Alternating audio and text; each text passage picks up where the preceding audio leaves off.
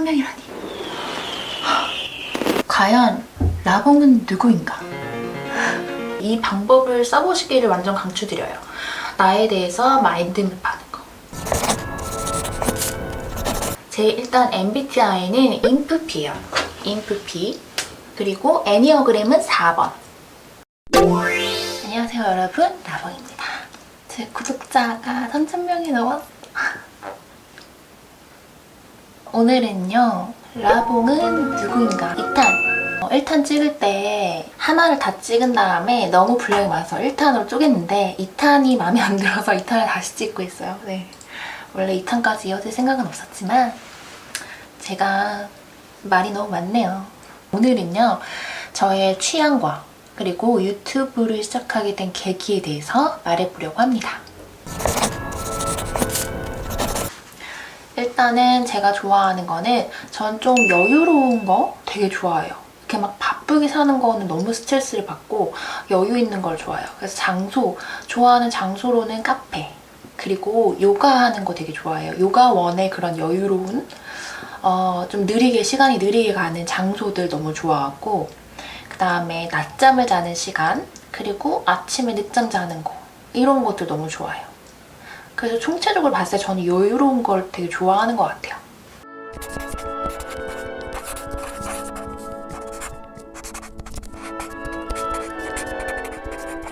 그리고 반대로 저는 그런 거는 스트레스를 많이 받아요. 좀 바쁘게 돌아가는 거 있죠? 되게 빨리빨리 해야 되는 것들? 제 시간에 맞추는 거 되게 힘들어요. 저는 약속 시간에 잘 듣고요. 아침에 일찍 일어나는 거 너무 힘들어요. 진짜. 힘들고 아침에 스케줄이 있는 게 너무 힘들더라고요. 저는 이상하게 통틀어서 보면 바쁜 걸 싫어하는 것 같아요. 그 다음에 또 제가 싫어하는 것 중에 하나가, 제 영상 중에 방 정리 영상 있잖아요. 그 컨텐츠 왜 나온 거냐면 제 방 정리를 그만큼 싫어하기 때문이에요. 저는 이상하게 더러운 건 되게 싫어하거든요. 근데 지저분한 거는 싫어하질 않아요. 좀 싫어했으면 좋겠는데 더러운 건 못 참지만 너저분한 건 괜찮다, 이런 좀 사고를 가지고 있어요. 그래서 방 청소는 괜찮은데 방 정리 정도는 하는 걸 너무 못해요. 근데 이것도 바쁨이랑 좀 연관, 어쨌든 부지런한 걸 좀 싫어하나 봐요. 제가 부지런한 걸 싫어하는 것 같아요. 그래서 저는 정리할 때 있잖아요, 그러니까 어릴 때는 엄마한테 잔소리를 진짜 많이 들었어요. 청소 좀 하라고 엄마가 잔소리해도 방 정리를 잘 하지 않았죠. 그래서 엄마가 이제 너무 답답하니까 해주셨어요. 고등학교 때까지는. 근데 이제 고등학교 때가 지나고 나니까 포기하시더라고요. 근데 그때 제가 엄마한테 썼던 논리가 뭐냐면, 그때 제가 우연히 기사를 봤어요. 어떤 기사를 봤는데 그게 제가 제 기억을 조작한 건지 진짜로 제가 본 건지는 잘 모르겠어요, 솔직히. 근데 어떤 기사를 봤냐면, 창의적인 사람들은 정리정돈을 잘 못한다. 너무 이렇게 깨끗한 환경에서는 창의력이 나오지 않는다. 좀 너저분한 환경에서 오히려 창의력이 잘 발휘가 된다. 이런 기사를 봤거든요. 본 기억이 분명히 있어요. 그냥 다시 찾으려니까 못 찾겠더라고요. 근데 어쨌든 본 기억이 분명히 있어요. 그때 저의 그런 정리정돈을 못하는 거를 변호하기 위한 수단으로 많이 사용을 했어요. 그래서 엄마한테, 엄마, 나 디자인 전공한 사람이잖아. 응? 원래 창의적인 사람들은 정리를 못한대. 근데 이거를 조금 변형해서, 원래 있잖아 엄마, 정리정돈을 못하는 사람들이 창의적이래. 근데 엄마가 거기서 그래? 진짜? 이렇게 되더라고요. 의외로 너무 쉽게 넘어갔어. 그래서 그 다음부터는 좀 정리지옥에서 약간 해방이 되었다, 이렇게 보시면 되겠습니다. 그 다음에 제가 좋아하는 것들은, 저는 이렇게 사람이 오감이 있잖아요. 미각이 있고 시각이 있고 청각이 있고 후각이 있고, 하나 뭐지? 촉각. 그 중에서 제가 좋아하는 감각의 자극은 시각적인 감각의 자극을 되게 좋아하는 것 같아요. 자, 시각적 자극이라는 건 무슨 말이냐면요, 눈으로 보는 걸 되게 좋아해요. 뭔가 구경을 한다거나 아니면 영화를 보고 드라마를 보고 다음에 어떤 예술 작품을 감상하거나 이런 것들 되게 좋아해요. 물론 청각적인 것도 되게 좋아하거든요. 음악 듣고 이런 것도 좋아하지만 시각적인 자극이 그거를 훨씬 넘어서서 저에게는 더 큰 즐거움을 주는 것 같아요. 컨텐츠 같은 것들, 시각적인 컨텐츠를 되게 좋아한다 라고 보시면 될 것 같아요. 시각적 자극 중에서도 좀 크리에이티브한 거 있죠. 창의적인 걸 되게 좋아해요. 그게 근데 제가 이게 창의적인 걸 원래 좋아했던 건지 아니면 디자인 전공을 하면서 좋아하게 된 건지는 잘 모르겠어요. 아마 근데 디자인 전공을 하면서 좋아하게 된 것 같아요. 근데 원래는 정말 신기한 게 있잖아요. 이 창의력이라는 게 저는 원래는 타고나는 거라고 생각을 했어요. 저는 원래 왜냐면 미술을 하기 전까지 제가 미술을 고등학교 1학년 때부터 시작을 했거든요. 고등학교 1학년 전까지는 창의적이다라는 소리를 단 한 번도 들어본 적이 없어요. 창의력이라는 것도 이게 뇌를 쓰다 보면 바뀌나 봐요. 원래 이제 제가 미술학원에 입학했을 때 당시만 해도 원래 저는 디자인과 입시를 희망을 했잖아요. 디자인과 입학을 희망을 했기 때문에 그때 당시에는 발상과 표현이라는 거를 했어야 됐었어요. 발상과 표현이라는 건 뭐냐면 주제가 있어요. 제가 이제 미술학원에서 그렸던 그림 중에 가장 기억에 남는 주제는 뭐냐면 두루마리 휴지. 두루마리 휴지를 가지고 생명을 표현하시오. 그래서 제가 그렸던 그림이 뭐였냐면 두루마리 휴지를 나무의 나이테처럼 그려가지고 거기서 새싹이 올라오는 뭐 그런 걸 그렸던 것 같아요. 그런 식이에요. 어쨌든 창의력을 좀 많이 써야 하는. 그래서 처음에 미술학원에 들어가면 테스트를 해요. 창의력 테스트. 제가 그때 미술학원 처음 입학했을 때 받았던 테스트가 뭐였냐면 세상에 존재하지 않는 생명체를 그려보시오 이런 거였어요. 제가 뭘 그렸었는지는 기억이 안 나요. 근데 되게 뻔한 거 그렸어요, 그냥. 그래서 그때 당시에 미술학원 원장 선생님도 뭐 창의력이 그렇게 뛰어난 것 같지는 않다. 그런 결론을 내리셨는데 제가 이제 스트레스를 되게 많이 받았어요, 처음에는 그것 때문에. 제가 창의력이 너무 없는 것 같고 어떻게 해야 될지를 모르겠더라고요. 근데 너무 신기한 건 고등학교 2학년 때와 고등학교 3학년 때 그때는 제가 이제 아이디어를 막 이렇게 발상하면 그때부터 칭찬을 되게 많이 받는 거예요. 원래는 한 100개를 내야지 한 개가 통과될까 말까였는데 이제 그다음부터는 한 10개 아이디어 생각하면 그 중에 한두 개가 통과되고 이렇게 칭찬을 점점 받게 되는 거예요. 그리고 나서 학원끼리 이제 연합을 해서 거기서 미술 실기 시험을 봐요. 모의 시험이죠. 모의 실기 시험 같은 거죠. 거기서 그래서 제가 1등을 했던 적도 많이 있어요. 물론 정작 미대 입시 실기 때는 개만 있지만 어쨌든 그때 제가 느꼈던 게 너무 신기한 거죠. 창의력이라는 것도 내가 노력하면은 그게 발달이 되는 거구나. 그거를 보면 우리가 뇌를 사용하는 거 있잖아요. 뇌를 사용함에 있어서도 선천적으로 타고나는 게 분명히 있긴 하지만 우리가 뇌를 얼마나 많이 쓰려고 노력하느냐에 따라서 좀 많이 바뀐다는 생각을 그때 처음 했었던 것 같아요. 그래서 제가 좋아하는 거는 그런 좀 크리에이티브한 것들. 저는 그래서 현대 미술을 너무 좋아하는 편이에요. 현대 예술을. 현대 미술을 좀 욕하는 사람들도 많지만 저는 너무 좋아하는 편이에요. 그래서 전시도 되게 많이 좋아하고 한때는요. 제가 휴학을 했을 때, 강제 휴학을 했을 때가 있어요. 왜냐면 제가 처음에 1년을 쉬었어요. 그때 유럽 여행을 가려고 1년을 쉬었는데 그 다음에 6개월만 더 쉬고 싶은 거예요. 그래서 6개월만 휴학을 하려고 6개월을 휴학을 했죠. 근데 그 다음 학기에 휴학이 안 된다는 거예요. 뭐 어쨌거나 그랬던 적이 있는데 그래서 저는 휴학했을 때 한동안은 그거에 좀 꽂혀가지고 현대예술 보는 거에 너무 꽂혀서 정말 전 세계에 있는 미술관을 다 갈 수가 없잖아요. 그래서 집에서 그 현대예술 아트 작품들만 다 모아놓은 사이트가 되게 많이 있어요. 그 사이트를 정말 하루 종일 봤던 것 같아요. 왜 그랬는지 저도 잘 모르겠어요. 지금 돌이켜봐도 모르겠는데 한 몇 달간은 그랬어요.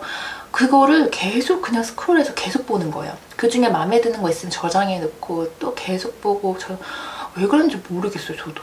어쨌거나 그 정도로 저는 좀 시각적인 것, 그 중에서도 조금 크리에이티브한 것들 되게 좋아하는 것 같아요. 그래서 영화나 드라마나 뭐 그런 분야에서도 좀 저는 어떤 기발한 소재의 영화들을 되게 좋아해요. 그래서 제가 진짜 좋아하는 영화를 몇 개 소개해드리면, 일단은 가장 최근작 중에서는 컨택트 안 보신 분들 계시면 꼭 보세요. 그게 옛날 영화 컨택트가 있고요. 그 다음에 최근에 나온 컨택트를 말하는 거예요. 그게 뭐냐면, 일단은 SF 영화예요. 외계인이 나오는 전형적인 SF 영화가 아니에요. 일단은 외계인이라는 존재가, 보통의 SF는 어떠냐면요, 외계인이 갑자기 막 지구에 침공했다. 그래가지고 우리 외계인이 무찔러야 돼. 외계인을 무찔러자. 외계인이 우리를 위협한다. 우리의 지구가 위험에 빠졌다. 막 외계인 싸우고 막 그런 게 아니라, 외계인이 왔다. 외계인이 왔고, 외계인이 왔는데 우리한테 무슨 얘기를 하려고 하는 것 같다. 그 외계인의 언어를 해석해야겠다. 그래서 언어학자, 수학학자, 과학학자인가? 아무튼 그 과학자들을 이렇게 초대해가지고 외계인이랑 대화하게 만들어요. 그래서 그런 외계인의 언어를 해석하면서 나타나는 일들을 다루는데, 이 줄거리만 들었을 때는 별로일 것 같죠? 거기에 진짜 어마어마한 반전이 숨어 있어요. 어마어마한 반전과 정말 너무나 큰 의미가 숨어 있어요. 저는 그래서 그 영화를 보고 너무 신선하다. 그리고 마지막에 정말 너무 소름이 돋았어요. 얘기하면 스포가 돼버리니까 못해요. 이거 어떻게, 너무 좋은데 어떻게. 말을 할 수가 없네 진짜. 그 다음에 제가 또 좋아하는 영화 하나는 미스터 노바디라는 영화가 있어요. 미스터 노바디의 영화 같은 경우는 뭐냐면, 이렇게 살면서 여러 선택의 갈래들이 있잖아요. 어느 학교에 가야 될까, 누굴 만나야 될까, 뭐 이런 것도 있잖아요. 그런 선택의 갈래들을 전부 다 보여주는 거예요. 내가 이걸 선택했을 땐 어떤 미래, 내 어떤 인생이 펼쳐지는지, 이걸 선택했을 땐 어떤 미래가 펼쳐지는지, 이걸 선택했을 때는 이런 갈래들을 다 보여주는 거예요. 소재 너무 특이하지 않나요? 그만큼 너무 재밌어요. 연출도 너무 감각적이고. 그리고 또 제가 좋아하는 영화 중에 하나는 Stranger Than Fiction이라고 하는데, 되게 귀여워요. 귀여운 영화예요. 주인공이 있는데, 주인공이 엄청 딱 규칙적으로 사는 사람이죠. 딱 FM대로 사는 사람. 그 사람이 갑자기 어느 날부턴가 자기 인생에서 자기 귀에서 나레이션이 들리는 거예요. 자기의 행동을 다 이렇게 막 나레이션을 설명해주고 있어. 알고 봤더니 그 사람의 인생이 어떤 유명 작가가 쓰는 소설의 주인공이 된 거예요, 그 사람이. 그래서 그 사람이 쓰는 대로 자기의 인생이 바뀌기 시작해요.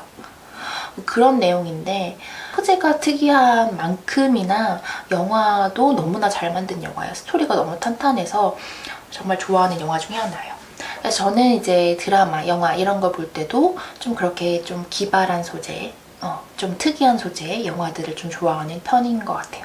그리고 그런 크리에이티브에서 연관되는 게, 저는 좀 편견 없는 사람들을 좋아해요. 제가 편견 없는 사람을 좋아하기 때문에 반대로 편견 많은 사람을 싫어하겠죠? 다른 말로 하면 꼰대를 되게 싫어해요. 꼰대라는 용어가 가리키는 사람, 그거라고 생각을 해요. 자신의 생각, 자신의 틀, 자신이 만들어 놓은 그런 스테레오타입에 갇혀있는 사람, 우물안 개구리라고 하죠. 자기가 경험한 것만이 진짜고, 자기가 생각한 것만이 세상의 모든 진짜 진실이라고 생각하는 사람. 나이가 들수록 자기 세상 안에 갇히는 경우가 많아요. 왜냐면 자기가 많은 경험을 하면서 살아오잖아요. 그러다 보니까 자기가 경험한 세계를 베이스로 해서 그게 세상이 전부라고 생각을 하게 되거든요. 근데 사실 각자 개개인이 경험하는 세계는 정말 많은 세계 중에 극히 일부잖아요. 그렇기 때문에 그런 편견 없는 사람이 되기 위해서는 최대한 많은 경험이 필요하다고 생각을 해요. 자기가 경험하지 않은 것에 대해서는 사람들이 아무래도 크게 공감하지 않는 경우가 많은 것 같아요. 그래서 자기가 맨날 하던 것만 하고 겪는 것만 겪고 그러는 사람은 아무래도 자기가 세워놓은 틀 안에 자기 자신을 가둬놓는 꼴이 된다고 생각을 해요. 저는 원래 책을 왜 많이 읽어야, 어릴 때부터 책을 많이 읽으라고 많이들 말하잖아요. 어릴 때는 왜 그래야 되는지 잘 몰랐어요. 나이가 들어서 사람들을 만나보면 책을 많이 읽은 사람과 책을 많이 읽지 않는 사람이 확 티가 날 수밖에 없더라고요. 책을 많이 읽은 사람들은 그만큼 간접 경험을 많이 하기 때문에 삶에 있어서 조금 관대한 마음을 가지게 되는 경향이 좀 있는 것 같아요. 제가 만난 사람들 중에서 가장 무던하고 가장 관대한 성격을 가진 분이 제가 회사 다닐 때 계셨어요. 중년의 여성분이셨거든요. 되게 제가 좋아하고 굉장히 친하게 지냈던 분이셨는데 정말 제가 여태 겪은 것 중에서 가장 이해심이 넓은 사람이었어요. 정말 너무 신기했어요. 그냥 보통의 사람이 화낼 만한 일 있잖아요. 그럴 수도 있지 뭐. 그러니까 이런 스타일. 그래서 가끔은 좀 이해가 안 될 때도 있었거든요. 왜냐면 제 입장에서는 너무나 화내야 될 일인데 너무 아무렇지 않게 뭐 그럴 수도 있지 뭐 넘어가시니까 너무 이해가 안 되는 거예요. 근데 이렇게 그분이랑 이렇게 점점 얘기를 하면 할수록 너무 대단한 분이라고 많이 느꼈어요. 그만큼 그러니까 책을 맨날 끼고 다니시는 분이셨거든요. 그리고 책을 읽는 것도 자기가 좋아하는 분야만 파지 않아요. 모든 분야 그냥 이거 한번 봐볼까? 이건 내가 잘 모르는데 이거 한번 봐볼까? 사실 책을 고르는데도 그러기가 쉽지 않거든요. 저 같은 경우도 제가 좋아하는 분야만 책을 많이 읽지 제가 관심 없는 분야의 책은 잘 안 읽혀요. 근데 그분은 너무나 다양한 주제의 책을 편견 없이 다 접하시더라고요. 그래서 그런지 만사에 되게 관대한 마음을 가지게 되신 게 그게 그런 책의 힘이 아닌가 하는 생각을 많이 했어요. 아무래도 책을 통해서 지금 내 삶에 없는 어떤 다른 삶이라든지 다른 분야의 지식이라든지 그런 것들을 이제 간접 경험을 많이 하다 보니까 아무래도 세상을 보는 시야가 그만큼 더 넓어지신 게 아닌가.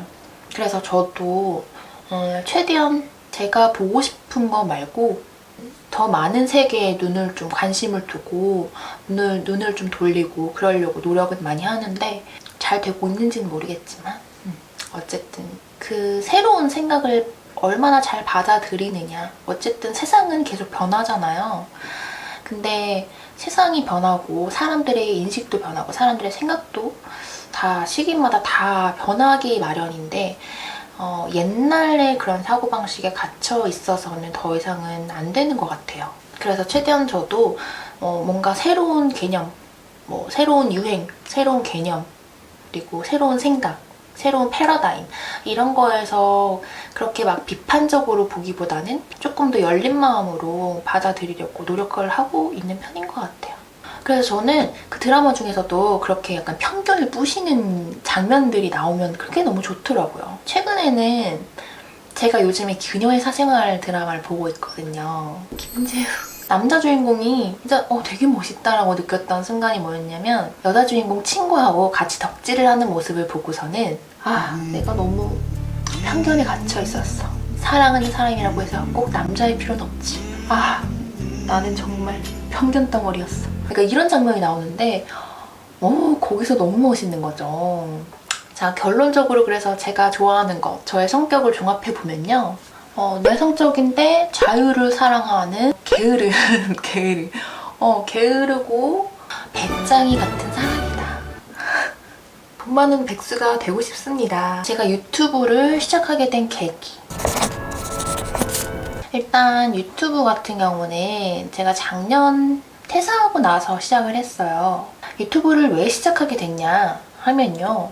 결국에는 본질적인 이유는 뭐였냐면 저는 이제 저의 MBTI도 말씀드렸고 저의 성향도 말씀을 드렸잖아요. 말씀드렸다시피 되게 내성적이긴 한데 저의 취향이 되게 확실하고 저의 생각이 되게 확실하고 저의 주관이 되게 확실한 사람이에요. 근데 그거를 표현을 잘 못해요, 주변 사람들. 왜냐면 사람들과 얘기하다 보면 너무 내 얘기만 하는 것 같아서 제 얘기를 잘 안 하게 되더라고요. 그냥 어느 정도만 하게 되고. 사실은 저는 제 취향이나 제가 느낀 것들, 제가 살아오면서 느낀 것들, 그리고 제가 정말 뭔가 제 내적으로 굉장히 크게 깨달은 것들, 이런 거를 말하는 걸 너무 좋아하거든요. 근데 문제는 저랑 가치관이 비슷하거나 성향이 비슷한 사람한테는 그런 얘기를 막 할 수가 있는데 제 성향과 가치관과 맞지 않는 사람한테 그런 얘기를 막 할 수가 없잖아요.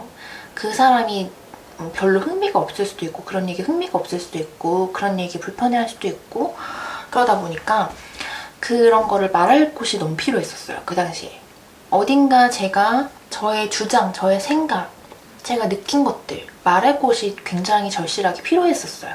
그래서 시작을 하게 됐던 것 같아요.